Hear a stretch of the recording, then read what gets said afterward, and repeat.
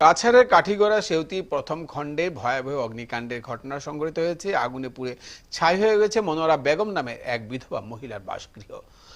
আগুনে দগ্ধ হয়ে মারা গেছে গৃহপালিত পশুও। গভীর রাতে দেখা গেছে এই ভয়ঙ্কর অগ্নিকাণ্ডটি সংঘটিত হয়। পরিবারের লোকজন আগুন দেখে কোনো রকম প্রাণ নিয়ে ঘর থেকে বেরিয়ে এলো। মুহূর্তের মধ্যে সম্পূর্ণ ঘরটি আগুনে পুড়ে ছাই হয়ে যায়।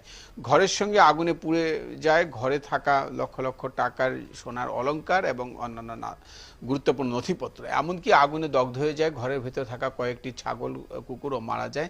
এই ভয়াবহ অগ্নিকাণ্ডে সবকিছু হারিয়ে বর্তমানে অসহায় অবস্থায় রয়েছেন ওই মহিলা। ঘরে কোনো দুষ্কৃতিকারী আগুন লাগিয়ে থাকতে পারে বলে সন্দেহ প্রকাশ করছেন স্থানীয়রা। থানায় অভিযোগ দায়ের করা হয়েছে। ভুক্তভোগী মহিলার তরফে এই অভিযোগ দায়ের করেছেন।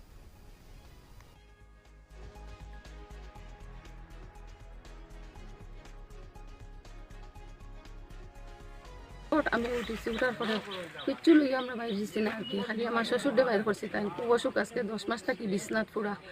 আর টানে খালি শুধু বাইর করছি আমরা, মা খুয়াই আর কি বাইর করিয়া আর লইয়া বাইরেছি। কোনো কিছু ডকুমেন্ট কিচ্ছু আমরা বাইর করতে পারছি না। আমার ছোটো বোনেরও ডকুমেন্ট কেন আছে, তাই বাচ্চা 2টা আছে, তারও ডকুমেন্ট আছে, ওটারও ডকুমেন্ট সব কিছু আছে, বা আমার শ্বশুরেরও ডকুমেন্ট আছে। তাই একটু ছোটো মোটো আর কি, তাই নাকি ফ্রেন্ডসও একটু হয় নাকি পাস হয়ে যায়। তানেগুলা সব ডকুমেন্ট সব জ্বলিছে আর কি। কোনো কিছু আমরা ডকুমেন্ট বাইর করতে পারছি না।